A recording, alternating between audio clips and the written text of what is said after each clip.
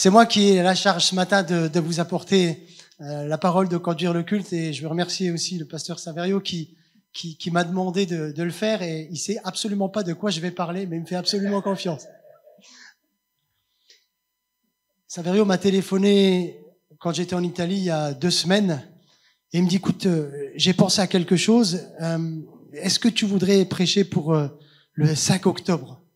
Alors je lui ai répondu texto, si j'ai la pensée, oui, sinon, on verra. Je lui ai pas dit non. Il était 11h le matin, et à 2h30 de l'après-midi précise, j'ai la révélation, et j'ai le mot qui vient s'inscrire en moi très clairement. C'est face à ce paysage que j'avais devant moi, le titre de ce que nous allons développer ce matin était une évidence. Et c'est comme si le Saint-Esprit me dit, enraciné en Christ. Et c'est le thème de mon message ce matin. Je te demanderai, Benoît, si tu veux, de mettre la première photo. Nous sommes en Calabre, à presque 2000 kilomètres d'ici. Nous sommes le long de la mer. L'Italie est un pays magnifique, merveilleux. Il faut être fier de ses origines, et c'est bien. Et nous sommes là, plus précisément à Reggio Calabria. On est le long de la mer. Sur le côté gauche, nous avons la Calabre, et sur le côté droit, donc il y a la mer, et de l'autre côté, il y a la Sicile. Et j'étais surpris de voir pendant 2 ou 3 kilomètres des arbres comme ça posés les uns à côté des autres, enracinés les uns avec les autres. Et c'est quand j'ai vu précisément cette image-là que c'est comme si le Saint-Esprit me dit enraciné en Christ. Et donc j'ai travaillé un petit peu ce message. Tu peux mettre aussi la deuxième photo. Regardez cette racine. Elle fait plus de 10 mètres à l'endroit où je prends la photo, mais elle va encore beaucoup plus loin. Et toutes ces racines qui prennent force dans la terre, qui s'entremêlent les unes avec les autres, donnent une puissance de force pour résister au vent, aux tempêtes. Tout cela unit les uns avec les autres. Et c'est cette image-là que j'ai reçue. Et si on voit dans ces racines, sur ces arbres-là qui ont à peu près 300 ans, vous avez des racines sur lesquelles vous pouvez vous cacher derrière, on ne vous verrait même pas. C'est-à-dire que la photo, elle donne pas vraiment, il faut vraiment les voir pour se rendre compte de la hauteur de ces racines. Et c'est un arbre que j'ai pris, c'est un des premiers quand je suis arrivé dans cette grande allée, dans cette grande avenue. J'ai pas pris le plus grand des arbres c'est vraiment dès que je suis arrivé, j'ai cette pensée-là. Et donc c'est comme ça que cette pensée m'est venue, et de dire OK Seigneur, je vais parler sur l'enracinement en Christ. Et ça a donné plusieurs points que j'aimerais développer avec vous ce matin. Je vais commencer avec ce premier point après cette introduction. Choisis ton terrain. Il est question de nous enraciner en Christ. De trouver notre force dans la profondeur. Et pourquoi être enraciné? Vous savez bien qu'aujourd'hui, le monde devient difficile. Les tentations sont grandes, l'ennemi agit puissamment, et il y a beaucoup plus de dépressifs, il y a beaucoup plus d'angoisse, il y a beaucoup plus de tout ce que vous voulez. Nous sommes le pays en France où il y a le plus d'antidépresseurs. Et donc ce message s'impose. Nous devons être enracinés en Christ pour faire face à toutes ces situations. Choisis ton terrain. Si tu veux prendre racine, tu peux pas choisir ton terrain n'importe où. Il y a des terrains qui sont escarpés, qui sont dangereux. J'ai vu, notamment il y a pas très longtemps, en montagne, des arbres qui sont plantés là, qui ont l'air forts, costauds, où la montagne tombe, elle dévale, tous les arbres tombent comme des allumettes, la route se déchausse, les barrières tombent, et vous avez tous ces arbres qui dévalent une pente et qui vont finir dans des montagnes qui sont complètement détruites. Donc nous devons choisir notre terrain. Pour ma part, j'ai entendu parler du Seigneur en 1988. J'ai été baptisé en 1989, en même temps que le pasteur d'ailleurs. Nous étions plusieurs à être baptisés cette fois-là. Mais je voudrais simplement vous dire que pour choisir mon terrain, ça n'a pas été facile. Un jour, mon papa est venu me voir, et il savait que je m'approchais du Seigneur, et il m'a dit, mon fils, quand il avait quelque chose d'important, et j'aime beaucoup quand il me disait, mon fils, ça veut dire que j'ai de la valeur à son cœur. Mon père m'aime, je le sais. Mon fils. Mes parents m'ont donné une religion. Eux-mêmes avaient leur religion. J'ai ma religion et je vous ai transmis ma religion. J'étais un enfant obéissant. Pas trop têtu, mais obéissant. Mais là, je ne l'ai pas obéi. Mon papa était un homme qui donnait toujours du mieux de lui-même. Il donnait son cœur. Il était dur au départ, mais c'était pour moi un homme de valeur. Il m'a transmis vraiment des bonnes valeurs de père par rapport à son fils et même il m'a transmis des bonnes racines. Mais pour celle-là, j'ai jamais vu, par exemple, mon papa prier. Je l'ai jamais vu ouvrir une Bible. Mais il m'a transmis sa religion. Quand il allait à la messe, c'était soit pour un enterrement, soit pour un mariage, soit pour un baptême. Et il voulait me transmettre sa religion. Alors moi, j'ai un profond respect pour la religion, vraiment. Et quand je vais dans des grandes églises catholiques, pour ne pas les nommer, je suis toujours impressionné et des églises et des cathédrales de cette beauté, de ces bâtiments, de cette œuvre, de cette architecture, des fois des joyaux. Je trouve ça, c'est très joli. On sait bien que c'est pas le bâtiment lui-même, mais c'est ce qu'il y a dans le cœur. Et j'ai pas choisi c'est la seule fois où j'ai pas obéi à mon père. J'ai pas choisi sa terre. J'ai pas choisi sa religion. Et j'aimerais pour ça qu'on lise dans le premier verset dans Matthieu chapitre 13, versets 1 à 9. Et vous connaissez, ce matin, je vais absolument rien vous apprendre. Je vais simplement faire des petits rappels. Ce même jour, Jésus sortit de la maison et s'assit au bord de la mer. Une grande foule s'étant assemblée auprès de lui, il monta dans une barque et il s'assit. Toute la foule se tenait sur le rivage. Il leur parla en parabole sur beaucoup de choses. Et il dit, un semeur sortit pour semer. Comme il semait, une partie de la semence tomba le long du chemin. Les oiseaux vinrent et la mangèrent. Une autre partie tomba dans les endroits pierreux, où elle n'avait pas beaucoup de terre. Elle leva aussitôt parce qu'elle ne trouva pas un sol profond. Mais quand le soleil parut, elle fut brûlée et sécha, faute de racines. Faute de racines. Faute pas assez de terre. Une autre partie tomba parmi les épines. Les épines montèrent et l'étouffèrent. Les épines, c'est quand vous vous approchez du Seigneur et vous allez voir quelqu'un et tu lui dis, je commence à faire une découverte avec Jésus, je crois que Jésus existe. Vous allez voir ce que c'est les mauvaises herbes. Les racines. Ils vont vous dire, mais ça va pas. Ça, c'est de la mauvaise herbe. On va vous décourager. On va vous étouffer, on va vous empêcher de monter. C'est ça les mauvaises herbes. Et une autre partie tomba dans la bonne terre. Elle donna du fruit, un grain 100, un autre 60 et un autre 30. Autrement dit, quand le grain tombe dans la bonne terre, nous allons pouvoir germer, grandir et porter du fruit. 1. Prépare ton terrain. Préparer son terrain, c'est commencer à voir autrement, à changer. Il y a des choses à changer. C'est rare de trouver un terrain vague. Si un terrain n'a jamais été travaillé, forcément, il y a des mauvaises racines. Forcément, il y a des rancées. Et le deuxième point sur lequel je voudrais aller maintenant, c'est nettoie et prépare ton terrain. Enlève les mauvaises racines. Enlève les mauvaises herbes. Enlève les ronces. C'est quoi ces mauvaises racines? C'est quoi? Vous connaissez la racine de l'amertume. Des fois, on est amer. Et je m'adresse pas ce matin seulement à ceux qui connaissent à peine le Seigneur ou ceux qui s'approchent, mais je parle aussi aux chrétiens. Triste est de voir des fois des chrétiens, et moi-même je dois surveiller mon langage, mais si on veut que le Saint-Esprit agisse en nous, nous devons surveiller notre langage. Et des fois, on a des paroles comme ça, légères, des gros mots comme ça qui nous sortent. Mais comment veux-tu que le Saint-Esprit travaille si tu as d'autres propos que la sainteté de Dieu? Et ça marche pour les non-chrétiens, mais qui s'approchent, mais aussi ça marche pour les chrétiens. Parce que des fois, on est converti d'un certain nombre d'années et on croit que ça y est, notre langage, on connaît tout et on peut se permettre certaines légèretés. Bien non. si tu tiens des propos déformés, si tu parles avec des gros mots, ne t'attends pas à ce que le Saint-Esprit se manifeste avec toi. Il faut que tu nettoies. Il faut que la rancœur, la racine de la rancœur disparaisse. C'est un travail qui nous incombe.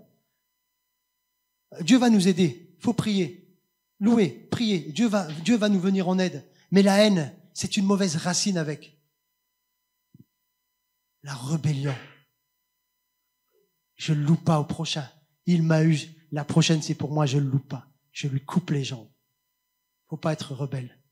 Faut pas avoir de la haine. Faut laisser tomber de côté la méchanceté. Faut écraser l'amertume. Elle doit disparaître, elle ne peut pas vivre en nous. Il faut préparer ce terrain pour nous enraciner. Et il y a aussi la colère. Moi, les gens qui se mettent en colère, je les appelle des fragiles. C'est tellement facile de se mettre en colère. Quand ça va pas, c'est facile. C'est plus difficile de rester calme, tranquille, de gérer la situation. Non, c'est facile, maintenant je suis devant vous et vous m'écoutez, mais je dois moi-même veiller à cela. C'est facile de me mettre en colère. Et c'est un travail que je m'applique à faire. J'ai beau être converti depuis 1988, j'ai toujours besoin de faire attention. La maîtrise de soi. Le mensonge, c'est une mauvaise racine. Le mensonge doit disparaître. Les mauvaises pensées, encore une mauvaise racine. Il faut déraciner. Et c'est pas facile de le faire. Mais nous devons le faire. Parce que nous ne pourrons jamais prendre racine et porter du fruit si à la base, tout est confus. Nous pourrons vivre, mais nous vivrons soit dans le désordre. Nous pourrons enfanter, et peut-être que nous ne pourrons pas donner l'éducation qui était celle que Dieu avait prévue pour que nous donnions à nos enfants. On peut vivre, on peut même mourir comme ça, tranquillement. Mais on n'a pas enraciné, on n'a pas enfanté. Et c'est tellement important de préparer son terrain. Voici ce qu'il écrit dans Hébreux chapitre 12, versets 14 à 15. Recherchez la paix avec tous et la sanctification, sans laquelle personne ne verra le Seigneur. Sans laquelle personne ne verra le Seigneur. La suite. Veillez à ce que nul ne se prive de la grâce de Dieu, à ce qu'aucune racine d'amertume, poussant des rejetants, ne produise du trouble et que plusieurs n'en soient infectés. Une racine de celle que j'ai énumérée, soit de la méchanceté, de la haine, de la colère, de l'amertume, de ce que vous voulez, une racine. Elle peut produire des rejetants. Et de ces rejetants, plusieurs peuvent être infectés. Notre responsabilité de nettoyer notre terrain, notre vie, afin que tout le monde soit dans la paix avec tous, c'est ce que nous venons de lire. Nous devons nous débarrasser du vieil homme. Comme la Bible dit, les choses anciennes sont passées, voici, toutes choses sont devenues nouvelles. Amen. Est-ce que jusqu'à présent vous êtes d'accord avec moi? C'est bien, parce qu'après ça va se corser. Mais gentil. J'aimerais qu'on lise aussi dans Éphésiens chapitre 4, versets 17 à 32. Éphésiens chapitre 4, 17 à 32. Voici donc ce que je dis et ce que je déclare dans le Seigneur. C'est que vous ne devez plus marcher comme les païens qui marchent selon la vanité de leurs pensées. Ils ont l'intelligence obscurcie. Ils sont étrangers et la vie de Dieu à cause de l'ignorance qui est en eux, à cause de l'endurcissement de leur cœur. Ayant perdu tout sentiment, ils se sont livrés à la dissolution pour commettre toute espèce d'impureté jointe à la cupidité. Mais vous, ce n'est pas ainsi que vous avez appris Christ. Si du moins vous l'avez entendu et si conformément à la vérité qui est en Jésus, c'est lui que vous avez été instruit. À vous dépouiller, eu égard à votre passé, du vieil homme qui se corrompt par les convoitises trompeuses. À être renouvelé dans l'esprit de votre intelligence et à revêtir l'homme nouveau créé selon Dieu dans une justice et une sainteté que produit la vérité. C'est pourquoi renoncez au mensonge et que chacun de vous parle selon la vérité à son prochain, car nous sommes membres les uns des autres, comme ces racines, que vous avez vu sur cette première photo. Nous sommes membres les uns des autres. Et si vous mettez en colère, ne péchez point. Que le soleil ne se couche pas sur votre colère. Et ne donnez pas accès au diable. Que celui qui dérobait ne dérobe plus. Prépare ton terrain. Mais plutôt qu'il travaille en faisant de ses mains ce qui est bien pour avoir de quoi donner à celui qui est dans le besoin. Qu'il ne sorte de votre bouche aucune parole mauvaise, mais s'il y a lieu, quelques bonnes paroles qui servent à l'édification et communiquent une grâce à ceux qui l'entendent. N'attristez pas le Saint-Esprit de Dieu par lequel vous avez été scellés pour le jour de la rédemption. Que toute amertume, racine, animosité, racine, que toute colère, ronce, toute clameur, ronce, que toute calomnie, racine, et toute espèce de méchanceté disparaisse du milieu de vous. Soyez bons les uns envers les autres, compatissants, vous pardonnant réciproquement, comme Dieu vous a pardonné en Christ. Amen. C'est là notre destinée. Je pourrais m'arrêter là. Je pourrais m'arrêter là. Mais malheureusement, j'ai encore 50 feuilles à développer avec vous.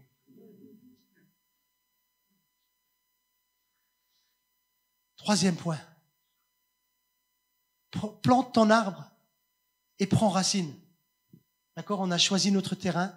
On a nettoyé notre terrain. Notre terrain est prêt à recevoir notre arbre que nous allons planter pour que cet arbre prenne toute sa force, toute sa puissance dans de la bonne terre. Quand on plante un arbre, en général, Solène ne me dira pas le contraire, on met toujours un tuteur. Surtout quand l'arbre est long et fin. Alors il y a plusieurs types de tuteurs. Il y a des fois un seul tuteur suffira pour contrer le vent parce qu'on sait que le vent vient par là et on va le contrer comme ça. Et il y a un autre tuteur. Tu peux mettre la photo avec les tuteurs.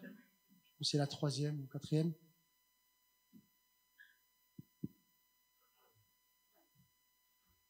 Comme vous pouvez le remarquer, à cause du temps, on n'est plus en Calabre.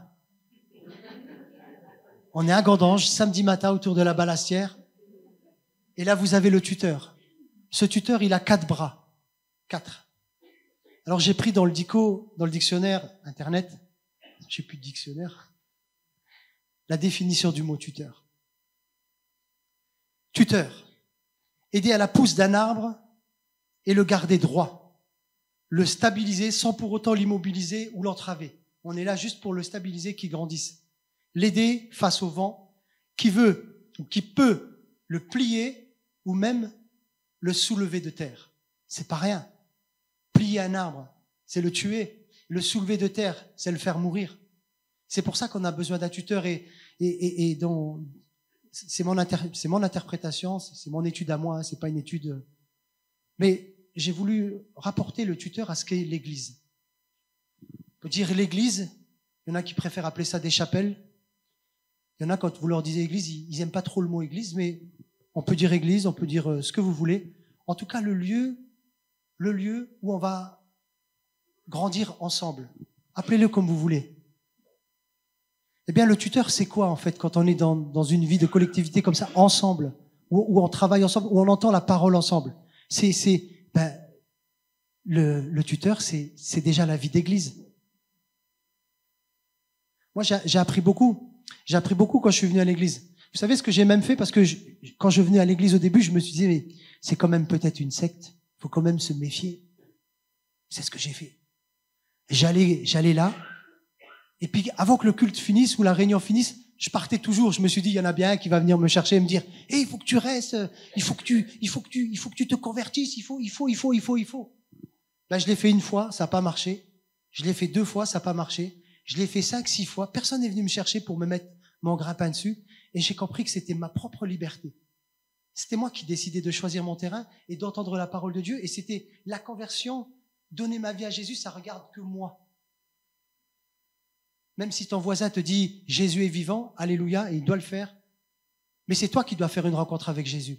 Et c'est ce que j'ai fait. Et au début, je pensais que c'était une secte et je me suis dit « Je vais dépendre de quelqu'un qui va avoir son grappin sur moi et il va m'expliquer tout ce que je dois faire. Et lui serait mon tuteur. » Mais s'il est dans l'erreur, c'est un mauvais tuteur. Et voilà ma définition du mot tuteur. Eh ben, pour moi, la vie, le tuteur, c'est dans une vie d'église. C'est là où on va être ensemble. C'est là où il va y avoir de l'enseignement. Ça, c'est un tuteur. Où on t'enseigne. C'est là où il y a des prédications. Ça, c'est un tuteur. Les fameuses réunions de jeunes. C'était merveilleux, les réunions de jeunes. On était un groupe de jeunes, on était 25, 30, et je me réjouis aussi pour le groupe de jeunes. Mais les réunions de jeunes, c'est un tuteur. C'est quand même exceptionnel d'être entre jeunes et de pouvoir parler entre jeunes à leur façon à eux. Nous, on avait la nôtre. De pouvoir s'exprimer, de pouvoir tout mettre ensemble sur le tapis pour savoir, on n'est pas là que à prêcher. Celui qui est en face de nous, il a des opinions. Et on doit respecter ses opinions. Je ne peux pas décider, moi, que Julie, tu fasses comme ça.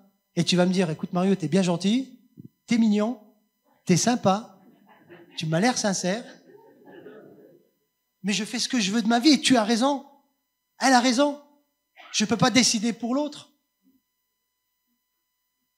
Réunion de jeunes, où on va pouvoir partager nos opinions. Moi, j'avais posé plein de questions à Olivier, des fois je le mettais dans la bara. Et des fois, j'étais pas d'accord avec lui, des fois, il n'était pas d'accord avec moi. C'était parce que c'était le responsable de jeunes, c'est comme ça, mais j'étais en pleine croissance. Le tuteur, c'est aussi les séminaires bibliques. Henri Donne fait souvent des séminaires. C'est là où on va apprendre, c'est là où on va être gardé, protégé. Souvenez-vous, aider à la pousse d'un arbre et à le garder droit, le stabiliser sans pour autant l'immobiliser ou l'entraver. On ne veut pas le blesser, on veut simplement qu'il grandisse. Mais c'est ses propres racines qui doivent prendre racines au sol pour grandir. Les cultes, vous êtes là ce matin, c'est un tuteur, c'est un accompagnement dans la croissance. Accompagnement dans la croissance. Il y a aussi l'école biblique. C'est un tuteur. Et ce tuteur-là, je dirais, comme vous avez vu ce tuteur qui est avec 4 troncs comme ça, 4 rondins qui tiennent l'arbre, pour moi, c'est comme une église où on va pouvoir grandir dans la prédication en entendant les enseignements. Pour moi, c'est ça, le mot tuteur. Et du coup, j'ai transformé aider à la pousse d'un arbre et le garder droit, je l'ai transformé. Et j'ai mis grandir en Jésus et marcher selon sa parole. Être affermi dans la foi en avançant et en étant préservé, résistant aux tempêtes, au combat de la vie. C'est ça, le tuteur. C'est grandir en Jésus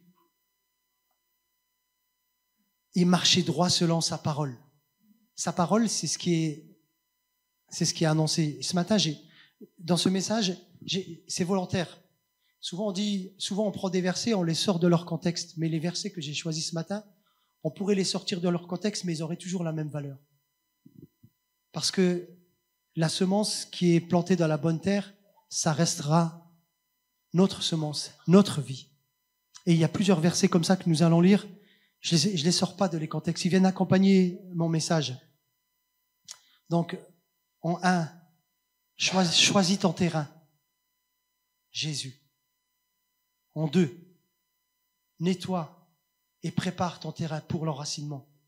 En 3, plante ton arbre et enracine. Et en 4, alors il est tôt, mais c'est mon dernier point, mais j'ai pas fini. En 4, entretiens et arrose pour une bonne croissance. Arrose ton terrain avec l'eau qui est la parole de Dieu. Sur ce point-là, tout à l'heure j'ai parlé de l'église, la croissance dans l'église, mais comme vous le savez, on ne peut pas être des chrétiens du dimanche. C'est bien de venir à l'église, c'est bien d'assister aux réunions, c'est bien de faire des séminaires, des études bibliques, mais cela ne suffit pas. Ça, on appelle ça aussi les chrétiens du dimanche. C'est quand on vient que les dimanches à l'église, quand on vient tous les dimanches à l'église. Mais il y a quelque chose que nous devons faire. Cette fois-ci, ça nous concerne nous. C'est notre culte personnel. J'aimerais qu'on lise dans Jean chapitre 4, versets 1 à 14. Et vous connaissez ce passage. Le Seigneur sut que les pharisiens avaient appris qu'il faisait et baptisait plus de disciples que Jean. Toutefois, Jésus ne baptisait pas lui-même, mais c'était ses disciples. Alors il quitta la Judée et retourna en Galilée. Comme il fallait qu'il passât par la Samarie, il arriva dans une ville de Samarie nommée Sichar, près du champ que Jacob avait donné à Joseph son fils. Là se trouvait le puits de Jacob. Jésus, fatigué du voyage, était assis au bord du puits. C'était environ la 6e heure. Une femme de Samarie qui vint puiser de l'eau, Jésus lui dit, « Donne-moi à boire. » Car ses disciples étaient allés à la ville pour acheter des vivres. La femme samaritaine lui dit, « Comment toi, qui es juif, me demandes-tu à boire à moi qui suis une femme samaritaine ?» Il y avait rivalité entre les deux.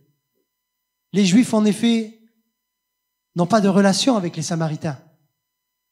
Jésus lui répondit, « Si tu connaissais le don de Dieu, et qui est celui qui te dit, donne-moi à boire, tu lui aurais toi-même demandé à boire, et il t'aurait donné de l'eau vive. » « Seigneur, lui dit la femme, tu n'as rien pour puiser, et le puits est profond. D'où aurais-tu cette eau vive? Es-tu plus grand que notre père Jacob, qui nous a donné ce puits, et qui en a bu lui-même, ainsi que ses fils et ses troupeaux? Jésus lui répondit, « Quiconque boit de cette eau aura encore soif. Mais celui qui boira de l'eau que je lui donnerai n'aura plus jamais soif. Et l'eau que je lui donnerai deviendra en lui une source d'eau vive qui jaillira jusque dans la vie éternelle. » Vous connaissez ce passage de cette Samaritaine, pardon. Et pour moi, l'eau représente la parole de Dieu. Et l'eau, c'est la vie. Et pour notre culte personnel, puisque tout à l'heure je parlais de l'Église, maintenant pour notre culte personnel à nous, nous avons besoin de cette eau vive. Et elle représente quoi, cette eau vive? Comment on peut décrire cette eau vive? Jésus le dit, que celui qui boira de cette eau n'aura plus jamais soif. L'eau, c'est la parole de Dieu. Et nous avons besoin de lire la parole de Dieu. Et nous avons besoin, pour cela, d'avoir notre culte personnel, notre vie intime avec le Seigneur. C'est plus l'Église c'est plus la vie d'Église ensemble, dans ce contexte où nous sommes chez nous, la semaine, on ne peut pas se rassembler tous les jours et être tous les jours ensemble. Et nous-mêmes, nous devons avoir notre culte personnel. Et notre culte personnel, c'est quoi? Et c'est bien sûr prendre du temps pour la lecture de la parole de Dieu. On sera abreuvé. C'est prendre aussi des temps de prière. Chez nous. Seul. Ou accompagné. Chez nous. C'est aussi des temps de louange. C'est aussi des temps où on va pouvoir méditer. On va pouvoir s'arrêter parce que la vie nous fait courir. On est toujours en train de courir après cela, on n'a jamais le temps. Souvent, ma femme, le soir, elle m'appelle, elle me dit, « Chérie, je suis encore dans les bouchons, je vais arriver, la pauvre. » On est toujours en train de courir après le temps. Mais prendre du temps pour méditer la parole de Dieu, ça, c'est temps d'entretien pour tes racines. C'est temps culte personnel pour ton enracinement. D'accord? Il y a cette différence entre le culte, la vie d'église et notre culte personnel. D'accord? Le culte pour l'église, c'est plante ton arbre et prends racine dans l'église. Et ton culte personnel, c'est entretien et arrose pour ta croissance. Je peux pas faire grandir Alain. Je n'ai pas cette capacité. Alain est pas très grand, c'est pas grave, mais il est quand même plus grand que moi. J'aimerais qu'on lise dans Jean chapitre 6, verset 35. Jésus leur dit, « Je suis le pain de vie. Celui qui vient à moi n'aura jamais faim, et celui qui croit en moi n'aura jamais soif. » Amen. La parole de Dieu. Et comme je suis dans le thème des arbres, je me suis intéressé à des arbres. Et je suis un spécialiste incollable des arbres. Mais j'en ai fait une spécialité sur un seul arbre, le baobab. Vous savez, tu peux mettre le tout gros baobab, tout gros.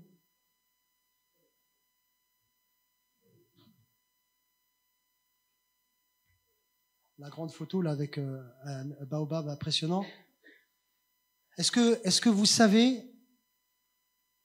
Alors, les chiffres que j'avance, ce sont les chiffres que j'ai trouvés. Ils peuvent être contestables. Contestez-les si vous voulez, c'est pas grave. C'est pas le sujet. On ne conteste pas la parole de Dieu, mais on pourrait contester les âges des arbres parce que des fois, ça me paraît excessif. C'est pas le sujet. T'as pas trouvé le gros baobab? T'as pas trouvé. Ok. Ça, tu viens de le prendre maintenant, hein? Ouais, c'est pas celui que je t'avais envoyé. Ok. Ouais. Il est déjà pas mal, hein? Écoutez, est-ce que vous savez quel âge a le plus vieux baobab? 2000 ans? 1000 ans? Pardon? C'est excessif. Là, ils vont contester, c'est sûr.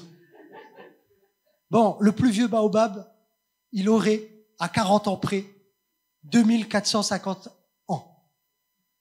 D'accord? Il s'est éteint en 2011. Mais quand un baobab meurt, il y a toujours des racines qui reprennent. Le baobab, pour lui définir un âge, les arbres, par exemple, c'est facile pour les cerisiers, les chênes, etc., ils ont des anneaux.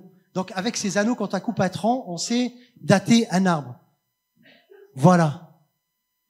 On sait dater un arbre, mais pas pour le baobab. Le baobab, pour le dater, on a besoin de faire un carottage et de le dater au carbone 14. Ça tient ce que ça tient.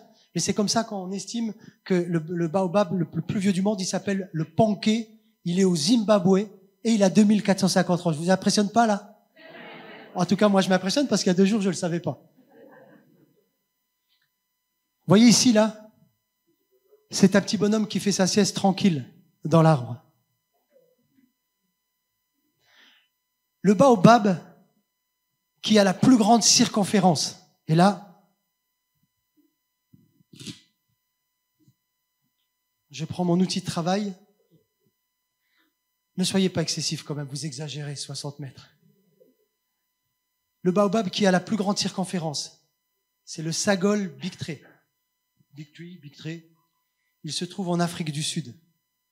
Sa circonférence à 1,30 m du sol, c'est-à-dire moi, presque. Elle fait 32 mètres.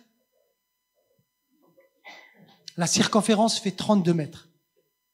Le diamètre du tronc, il fait 10 mètres. Alors regardez, j'ai pris un laser.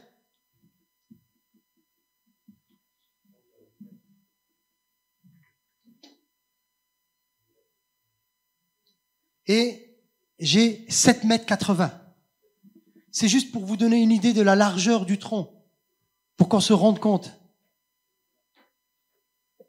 Là, j'ai presque 8 mètres, mais là, on m'a dit que presque 11 mètres. C'est-à-dire que si je voulais planter l'arbre, il ne rentre pas en largeur dans l'église. D'accord? Écoutez ça. La canopée, la partie haute de l'arbre, vous savez combien elle mesure? Entre 38 et 40 mètres. Alors, je ne vais pas vous mettre le laser dans le sens de l'église, je l'ai fait comme ça fait 17 mètres. 17 et 17, 34. C'est-à-dire que je plante mon baobab au milieu de l'église et il va me couvrir toute l'église. C'est quand même incroyable. Mais ce qui est plus incroyable, c'est pourquoi il vit aussi longtemps, ce baobab. Plus de 2000 ans. Et il y en a à 1000 ans, 1400 ans, j'en ai vu plein.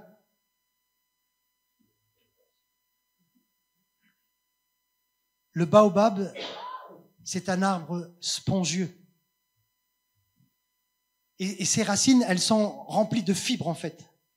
Et le baobab peut stocker jusqu'à des milliers de litres d'eau, ce qui lui permet de survivre dans de longues périodes de sécheresse, surtout en Afrique, où il pousse dans des zones arides. Les baobabs poussent surtout en Afrique, dans les lieux arides. Et ce qui lui permet de vivre aussi longtemps, c'est l'eau qu'il a emmagasinée. Cette eau vive, la parole de Dieu, qui nous permet, pendant des moments de sécheresse, parce que la vie chrétienne, elle n'est pas toujours toute belle, il y a des combats, on vit des combats, heureusement. Heureux serez-vous quand vous serez maltraité, quand on dira faussement de vous tout ce que vous voulez. Il y a des combats, il y a les combats de la maladie, des attaques frontales de l'ennemi. Pendant ces périodes de sécheresse, Parce que nous avons accumulé la parole de Dieu, nous pouvons résister, comme ce baobab, à la sécheresse.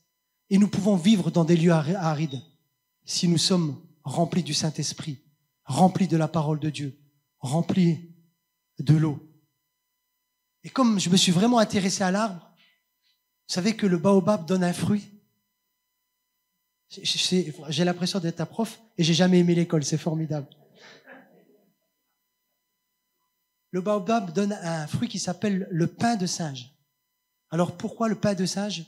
Parce que les singes sont friands de ce fruit-là. Tu le savais, Solène? Voilà, ça me fait plaisir de t'apprendre quelque chose. Elle est dans le métier, hein. C'est juste pour ça. Le pain de singe, il est, merci Benoît, t'es formidable, je lui avais pas donné la photo. Il est rempli de calcium, de vitamine C. Il est rempli de fibres. Il est riche en vitamines. C'est un fruit aussi qui est utilisé, on prend le fruit, on le fait sécher, il y a de la poudre. Il est aussi utilisé pour la médecine. C'est pour ça que les singes sont jamais malades. C'était pas prévu. Amen. J'aimerais partager un autre point. C'est pas un point. Je l'intègre pas dans les points. Je l'intègre dans une parenthèse. C'est une parenthèse. Parce qu'on est en train de parler d'enracinement. Des fois, on peut être déraciné. C'est possible que nous soyons déracinés pour tout un tas de raisons. Il y a deux possibilités pour que nous soyons déracinés. Une, parce que l'ennemi nous fait tomber, et l'autre, parce que c'est pas toujours l'ennemi. Des fois, c'est nous-mêmes qui sommes responsables de notre chute. Je ne sais pas si vous êtes d'accord avec moi. Nous sommes responsables de nos actes. Des fois, c'est l'ennemi qui nous renverse, mais des fois, nous-mêmes, nous pouvons nous renverser. Donc, nous devons être vigilants. Par exemple, je sais qu'à un moment donné, je vais commencer par là. Je sais qu'à la page numéro 4, il faut que je me tienne à la page. Il ne faut pas que je parte dans tous les sens parce que je ne vais pas m'y retrouver. Alors, je vais rester là. Si on veut déménager parce qu'on en a marre, par exemple, ben, il faut avoir l'approbation de Dieu. Non? Dieu dit à Abraham, quitte ton pays, ta parenté, ta maison, ton père, et va dans le pays que je te montrerai. Amen. On connaît l'histoire d'Abraham et Dieu lui a fait une promesse. Je bénirai ceux qui te béniront et je maudirai ceux qui te maudiront. Et toutes les nations de la terre seront bénies en toi. Est-ce qu'Abraham n'a pas été fécond? Est-ce qu'il n'a pas multiplié comme les grains de sable de la mer? Abraham avait l'approbation de Dieu. Donc, quand on veut déraciner, partir à un endroit, ben, des fois, c'est nécessaire de le faire. Donc, on n'est pas en train de jeter la pierre en disant personne ne doit déménager, c'est faux, c'est pas vrai. C'est pas ce que je suis en train de dire. Mais je dis que avant de déménager, parce qu'il y a des raisons, tu dois avoir l'approbation de Dieu. Parce que les conséquences, elles peuvent être graves, elles peuvent être catastrophiques, mais elles peuvent être aussi bénéfiques. Si tu es dans le plan de Dieu, que Dieu te demande de partir, va, quitte, pars. Et enracine-toi là où je te montrerai. Béni soit Dieu pour cela. Si c'est nécessaire, on a vu des gens qui étaient obligés de déraciner parce que c'était une question de vie ou de mort. Tu déracines. À un moment donné, avec ma femme, elle m'a proposé, elle m'a pas dit on part, pas du tout. Mais elle m'a dit, tu sais chérie, moi j'aimerais bien quand même finalement partir au Canada. Et encore ce matin, elle m'a sorti son téléphone, elle m'a dit, regarde le temps qu'il fait au Canada, là, regarde. Elle m'a montré la météo du Canada. Moi, il y a 3 raisons pour lesquelles j'ai pas voulu aller au Canada. La première, il fait trop froid. C'est pas possible. Par contre, si elle m'avait dit en Guadeloupe, en Jamaïque, j'aurais dit peut-être on peut réfléchir. J'aime pas le froid. J'aime le Canada, mais j'aime pas le froid. C'est la première raison pour laquelle je ne voulais pas aller au Canada. La deuxième, elle est toute simple. Je voulais pas être mangé par un ours. Ça me surprend. Il y a des ours au Canada. Attention où on est, hein. Et la troisième, la plus importante, c'est parce que je n'avais pas l'approbation de Dieu. Alors moi, je veux bien partir. Si Dieu me demande de partir, et bien sûr, ça a été une évidence pour ma femme, et les années nous ont montré. C'était il y a très longtemps. C'était il y a très longtemps. J'ai pas dit que c'était hier. Oui, c'est vrai. Mais elle a toujours dans son cœur. Mais comme j'aime ma femme, je lui ai promis que nous retournerons au Canada. Mais je lui ai pas dit combien de temps. Peut-être 2 jours, 3 jours. On verra. Suivant la période.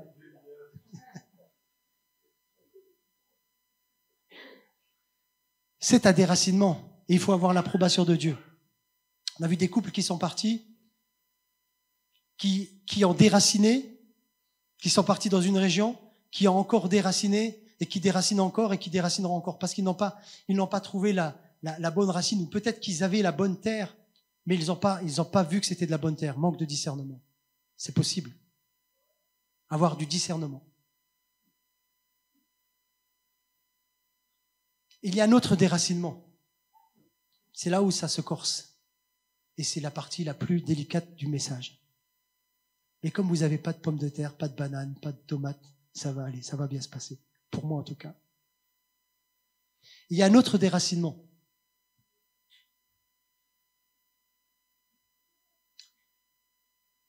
Déraciner de l'Église. On a parlé du déracinement de sa vie privée. D'accord ? Maintenant, on parle du déracinement de l'Église. Peut-être que vous serez invité à aller voir ce qui se passe dans les autres églises, parce que il y a une église là, et on va venir vous voir plusieurs fois et te dire plusieurs fois, viens là-bas, il se passe des choses. Moi, je suis pas contre ça. Nous-mêmes, nous l'avons expérimenté. Nous avons été une paire de fois comme ça, vous connaissez, Mulhouse, à l'église de Mulhouse, où on est parti vraiment avec un bon état d'esprit. Vous voyez ? On est là-bas dans une église qui n'est pas la nôtre, donc on n'est pas dans nos racines, et j'ai pas l'intention de m'enraciner là-bas, parce que Dieu m'a pas appelé là-bas. Et d'ailleurs, à la fin du culte, souvent on allait voir le pasteur et on discutait avec lui de différentes choses, des choses difficiles desquelles on vivait. Et c'est vrai qu'on a la tentation de vouloir se déraciner, et on a la tentation aussi d'aller voir dans les autres églises, parce que c'est mieux ailleurs, parce que l'herbe est plus verte ailleurs. Alors on va dans les autres églises. Pourquoi ? Parce qu'il y a de la belle musique. Alors là-bas, il y a un groupe. Il est formidable. Le pasteur, quand il prêche, oh là là, il y a des guérisons. Il y a des miracles. Et il y a une onction là-bas. Tu peux pas t'imaginer. Et même, les démons sont chassés, pardon. On est allé comme ça à Mulhouse. On est allé aussi à Grenoble comme ça, dans quelques églises. Puis il y a aussi les églises d'Internet,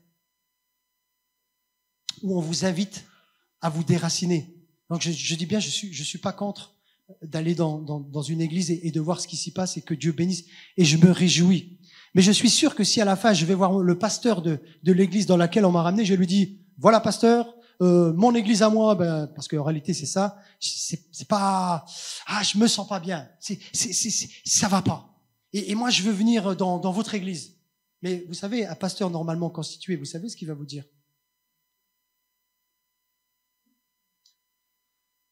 Le pasteur ne recherche pas des chrétiens. Il recherche des non-chrétiens. Écoutez ce que Jésus va dire. Écoutez. Ce ne sont pas les bien portants qui ont besoin de médecins, mais les malades. Je ne suis pas venu appeler les justes, mais les pécheurs. C'est dans Marc chapitre 12, verset 17. Autrement dit, nous sommes appelés à nous enraciner, à enfanter et à faire grandir et faire prospérer l'évangile. D'accord ? Nous sommes chrétiens. Dieu nous a enracinés à un endroit. Et ça sert à rien d'aller nous déraciner pour aller dans un autre endroit, simplement parce que notre église ne nous convient pas. Jésus, il est venu pour chercher ceux qui sont malades. Et si on est chrétien, normalement, comme Jésus a dit, nous sommes bien portants. On va lire un passage. Souvenons-nous quand Jésus il envoie ses 70 disciples, sans bourse, ni sac. Il va leur dire, il y a peu d'ouvriers, la moisson est grande. Donc il les envoie, les 70. Et les 70 reviennent, et on va lire ce passage, tu peux prendre Luc 10, versets 17 à 21, en disant, Seigneur, Seigneur, les démons même nous sont soumis. Et qu'est-ce qu'il va leur répondre, Jésus?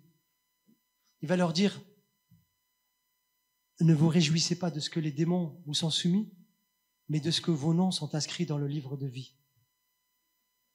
Si tu es dans une église, ton nom est déjà dans le livre de vie. Et si tu vas dans l'autre église, ton nom était déjà dans le livre de vie. Et c'est pas parce que tu as changé d'église que tu vas être sauvé 2 fois dans 2 paradis différents, ça marche pas. Il y a un seul ciel. Et je dis qu'il faut faire attention, parce que des fois vous pourrez être déraciné et pas être au bon endroit. On connaît des gens, des gens qui étaient dans une église bien enracinés et par toutes des circonstances, elles ont été déracinées et merci Seigneur. Il fallait qu'elles soient déracinées. Mais Dieu donne l'approbation. Dieu montre. Et si tu n'as pas l'approbation, et si tu aimes tomber et te relever et retomber, eh bien n'écoute pas l'approbation de Dieu. Et tu vas tourner en rond. Et c'est comme ça qu'il y a des gens qui reviennent dans l'église des années après, on les retrouve comme des épaves. Famille disloquée. Plus de vie de famille. C'est pas une fatalité en soi. Il y en a qui ont déraciné et qui ont reçu une belle vie, qui ont eu des beaux enfants, mais simplement ils n'étaient pas dans le plan de Dieu.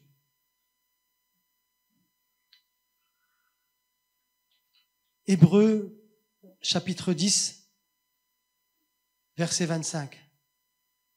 Écoutez cela. N'abandonnons pas notre assemblée comme c'est la coutume de quelques-uns. Là, on parle de vraiment quitter l'église, hein, d'accord? Mais quand même. Mais exhortons-nous réciproquement, et cela d'autant que vous voyez le jour s'approcher. Exhortons-nous réciproquement. Vous savez, quand quelqu'un est pas bien et qu'il te dit je crois que je vais partir, je crois qu'il faut l'exhorter. Parce que souvent, le problème, il n'est pas lié à l'église. Le problème, il est lié à la personne elle-même. Alors, il y a des cas particuliers où il y a des choses qui peuvent se passer, mais je crois que si Dieu nous appelle à un endroit, c'est facile d'aller dans une église où il se passe toutes ces choses. Mais vous savez, pour qu'il se passe ces choses, il s'est passé quelque chose dans une église qui fonctionne. Je vais vous le dire. C'était dans ma feuille numéro 4. Le pasteur, ou le prédicateur, ou le docteur, appelez-le comme vous voulez, pour qu'il y ait un réveil dans une église. Il a compté, bien sûr, sur la prière, mais il a compté sur qui? Il a compté sur un groupe avec qui il travaille. Il a compté sur des fidèles. Il a compté sur des enracinés. Et c'est sur cette base d'enracinés qu'il a pu faire croître son église. Est-ce que vous êtes d'accord avec moi? C'est ça l'église. C'est travailler ensemble, comme toutes ces racines qui s'imbriquent les unes entre les autres, qui nous donnent cette force. Mais ce pasteur, ces églises où on va vous dire d'aller, ce sont des églises qui eux-mêmes ont vécu des combats et qui eux-mêmes ont dû de mettre une équipe en place avec des gens qui prient, avec des gens qui louent, avec des gens qui sont là et qui travaillent. Et c'est comme ça, par le jeûne, par la prière, c'est comme ça que le réveil arrive. Alors c'est facile de dire, va là-bas, il se passe quelque chose. Mon ami, c'est ça que je veux, c'est ça que je voulais dire. Est-ce que vous pensez qu'on peut vivre les mêmes choses à Mont-de-Lange? Amen. Alors regarde ton voisin de gauche et de droite, dis-lui, on peut vivre les mêmes choses à Mont-de-Lange. Eh ouais, mais dites-le plus fort, on peut vivre les mêmes choses à Mont-de-Lange. Et vous savez quoi? On en vit déjà. On en vit déjà. Quand Dieu vous bénit, qu'il y a un témoignage, rendez-lui la gloire. Il est digne, dites-le. Dieu m'a délivré, Dieu m'a guéri. Témoignez-le. Parce que c'est un mensonge de croire qu'il se passe rien dans notre église. C'est faux. C'est absolument faux. Ça veut dire que cette personne qui va venir pour vous inviter à aller à d'autres endroits, elle a la foi. Et c'est formidable. Elle a la foi de croire que dans cette église, il se passe quelque chose. Mais elle a encore une plus grande foi de croire que dans notre église, il se passera rien. Refuse l'invitation. Refuse l'invitation et dit, mais moi je vais vivre la même chose dans mon église. Et tu sais quoi, tu peux lui dire aussi, et si tu veux, on va combattre ensemble dans la prière pour arriver à nos fins, pour qu'on voie la puissance de Dieu se manifester. Et si tu veux être acteur dans ton église, viens, on va prier avec l'église. Et c'est là où vous allez voir la réponse. S'il est censé, et s'il a une foi saine, il va dire, prions ensemble, que Dieu bénisse l'église, et qu'on avance, plutôt que de dire, il se passe rien ici, viens, on va là-bas. Ça s'appelle une foi limitée, une foi dégonflée. Je vous choque? Mais non. Chérie, en quelle année l'église a ouvert à Mont-de-Lange? Moi, je suis arrivé en 88. Je sais en 86, on était déjà, mais je crois que c'est 1982. Marcel, Malou? À la rue de Metz. Pas ici. Ici, c'était 91. Voilà. D'accord? Il y en a plein qui étaient pas nés. Comme les poissons. Les poissons pas nés. Mais vous savez pourquoi vous êtes là aujourd'hui? Parce qu'il y a des vieilles racines au milieu de nous. Amen. Regardez Marcel, Malou. Regardez. Wow, j'ai un trou. Doris. Merci Doris. Mais il y en a d'autres. C'est parce qu'on a nos vieilles racines. Notre origine. C'est pour ça qu'on est là. Et c'est pour ça qu'il y en a qui ont été guéris. C'est pour ça qu'il y en a été bénis. C'est pour ça qu'il y en a qui se sont convertis. C'est parce que les racines étaient bonnes. Elles ont été plantées dans la bonne terre. Amen. Moi, je voudrais qu'on applaudisse des vieilles racines.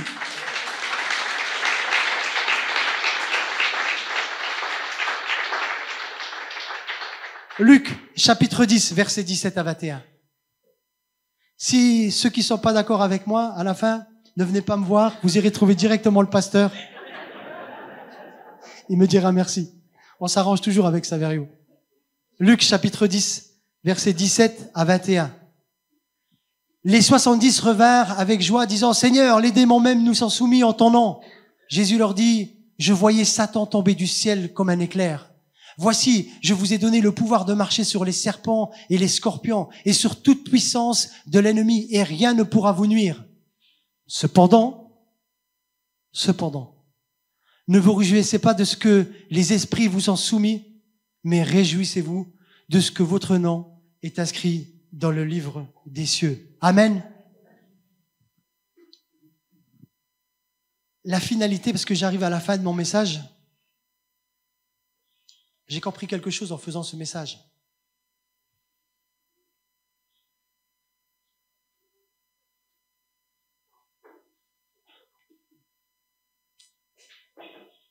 J'ai compris quelque chose. Et je vais lire un passage dans Hébreux chapitre 10, verset 25. Donc ça, on l'a lu. N'abandonnons pas notre assemblée comme c'est la coutume. D'accord? N'abandonnons pas. Maintenant, j'aimerais prendre un autre passage dans 2 Corinthiens chapitre 11, verset 16 à 29. 2 Corinthiens 11, verset 16 à 29. Le témoignage de l'apôtre Paul. J'aurais pu dans cette étude prendre un personnage de la Bible et évoluer avec ce personnage tout le long. J'ai pris plusieurs passages comme vous l'avez vu, correspondant à l'étude. Et puis j'ai voulu prendre le passage de l'apôtre Paul, parce que qui mieux que lui-même peut raconter son témoignage? Et c'est ce qu'il fait dans 2 Corinthiens au chapitre 11. Je le répète, que personne ne me regarde comme un insensé. Sinon, recevez-moi comme un insensé, afin que moi aussi, je me glorifie un peu. Ce que je dis avec l'assurance d'avoir sujet de me glorifier, je ne le dis pas selon le Seigneur, mais comme par folie. Puisqu'il en est plusieurs qui se glorifient selon la chair, je me glorifierai aussi. Voilà, c'est comme ça. Car vous supportez volontiers les insensés, vous qui êtes sages. Si quelqu'un vous a servi, si quelqu'un vous dévore, si quelqu'un s'empare de vous, si quelqu'un est arrogant, si quelqu'un vous frappe au visage, vous le supportez. J'ai honte de le dire. Nous avons montré de la faiblesse. Cependant, tout ce que peut oser quelqu'un, je parle en insensé, moi aussi, je l'ose. Sont-ils hébreux? Moi aussi. Sont-ils israélites? Moi, j'aime beaucoup l'apôtre Paul. Il parle comme nous, enfin, presque. Moi aussi. Sont-ils de la postérité d'Abraham? Moi aussi. Sont-ils ministres de Christ? Je parle en homme qui extravague. Je le suis plus encore par les travaux bien plus, par les coups bien plus, par les emprisonnements bien plus souvent, en danger de mort. Et maintenant, écoutez, 5 fois j'ai reçu des Juifs, 40 coups moins 1. 3 fois, j'ai été battu de verge. 1 fois, j'ai été lapidé. 3 fois, j'ai fait naufrage. C'est pas une galère, ça? L'apôtre Paul, quand même. J'ai passé 1 jour et 1 nuit dans l'abîme. Fréquemment en voyage, j'ai été en péril sur les fleuves, en péril de la part des brigands, en péril de la part de ceux de ma nation, en péril de la part des païens, en péril dans les villes, en péril dans les déserts, en péril sur la mer, en péril parmi les faux frères. C'est quand même incroyable. Aujourd'hui, on lit les épîtres de Paul aux Éphésiens, ou tous ces livres qu'il a écrits, mais il y a ce côté-là. J'ai été dans le travail et dans la peine exposé à de nombreuses veilles, à la faim et à la soif, à des jeûnes multipliés, au froid, à la nudité. Et sans parler d'autre chose, je suis assiégé chaque jour par les soucis que me donnent toutes les églises. Ça n'a pas changé. Qui est faible que je ne sois faible? Qui vient à tomber que je ne brûle? S'il faut se glorifier, c'est de ma faiblesse que je me glorifierai. Dieu est le Père du Seigneur Jésus, qui est béni éternellement, sait que je ne mens point. Et la dernière galère dans ce passage, il dit à Damas, le gouverneur du roi Arétas faisait garder la ville des Damascéniens pour se saisir de moi, mais on me descendit par une fenêtre dans une corbeille le long de la muraille et j'échappais de leurs mains. Waouh! Waouh! Waouh! Ça, c'est l'apôtre Paul. Quand il raconte ça, l'apôtre Paul, il dit qu'il a été emprisonné. À un moment donné, il était en Macédoine. Il était en prison avec Silas. Vous vous souvenez de cette histoire? Paul et Silas emprisonnés. Qu'est-ce qu'ils font dans la prison? Déjà, nous, aujourd'hui, si on voit un apôtre et on le met en prison, on dit, qu'est-ce qu'il fait? Et Dieu n'est pas avec lui, pourquoi il est en prison? Ben, on ne sait pas. Peut-être que Dieu a quelque chose en prison pour lui. On veut toujours des réponses à tout. Moi, j'ai une petite parenthèse, ça me fait peur, les gens qui vous donnent des réponses à tout. Je ne parle pas des réponses à tout, ils ont une recette pour tout. Il y a rien qui les fait trembler, ils sont sûrs d'eux à 100%. Mais quand ils vous ont conseillé que le conseil n'était pas bon, vous les voyez plus, ils disparaissent. Paul et Silas, quand ils étaient en prison, ils se sont mis à chanter et à prier. Il y a eu un tremblement de terre. Les portes se sont ouvertes. Ils étaient libres. Et le geôlier, voyant que les portes étaient ouvertes, il voulait aller suicider. Il dit, je vais me faire tuer. De toute façon, mort pour mort, j'ai autant aller me suicider. Et l'apôtre Paul, Silas vont l'appeler, dit, non, surtout pas. On est là. On ne s'est pas sauvé. Ça a donné lieu à ce que le geôlier se convertisse. 1 nuit pour sauver une âme. Et puis il y en a plusieurs qui se sont convertis. Paul en prison pendant 2 ans à Césarée. Et puis Paul emprisonné à Rome pendant plus de 2 ans. Emprisonné à Rome avec une certaine liberté. Des gens pouvaient venir le voir, le consulter. Pendant 2 ans, Paul. Mais qu'est-ce qu'il fait pendant 2 ans en prison? Eh bien, tous les gens qui venaient le voir, il les enseignait. Et puis surtout, ce qu'il a fait, l'apôtre Paul, pendant qu'il était en prison, il a pu écrire ce livre que nous venons de lire. Il a écrit plusieurs livres. Éphésiens, Colossiens, Philippiens, Philémon. On n'a pas la réponse à tout, mais on croit que Dieu est souverain et Dieu est bon. Et Dieu, d'une certaine manière, nous connaît mieux que nous-mêmes. Et si des fois nous ne comprenons pas tout, reposons-nous entre les mains du Seigneur. Faisons-lui confiance. Prions. Mettons-nous à ses pieds. Et cette révélation que j'ai eue pour terminer ce message,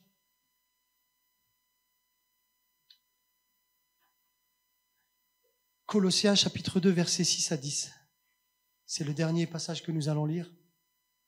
Ainsi donc, comme vous avez reçu le Seigneur Jésus-Christ, marchez en lui, étant enracinés et fondés en lui, et affermis par la foi, d'après les instructions qui vous ont été données et abondées en actions de grâce.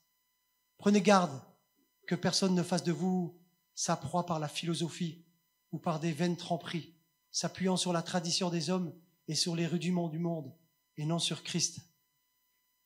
car en lui habite corporellement toute la plénitude de la divinité.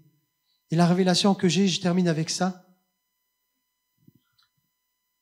Nous sommes la racine.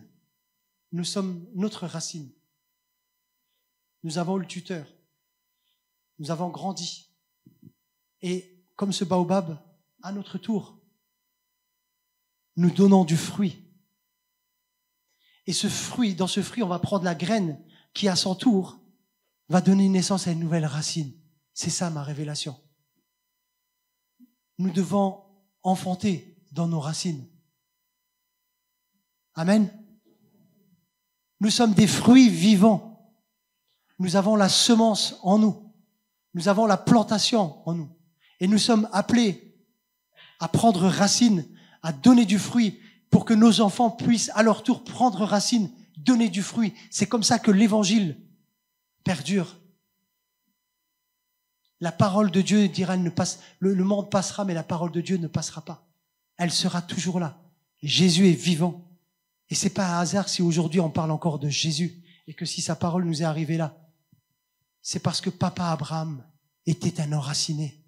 Et tous les acteurs de la Bible, c'était des enracinés qui nous ont amenés à la foi aujourd'hui pour, à notre tour, pour les générations à venir, transmettre ce que Dieu nous a transmis.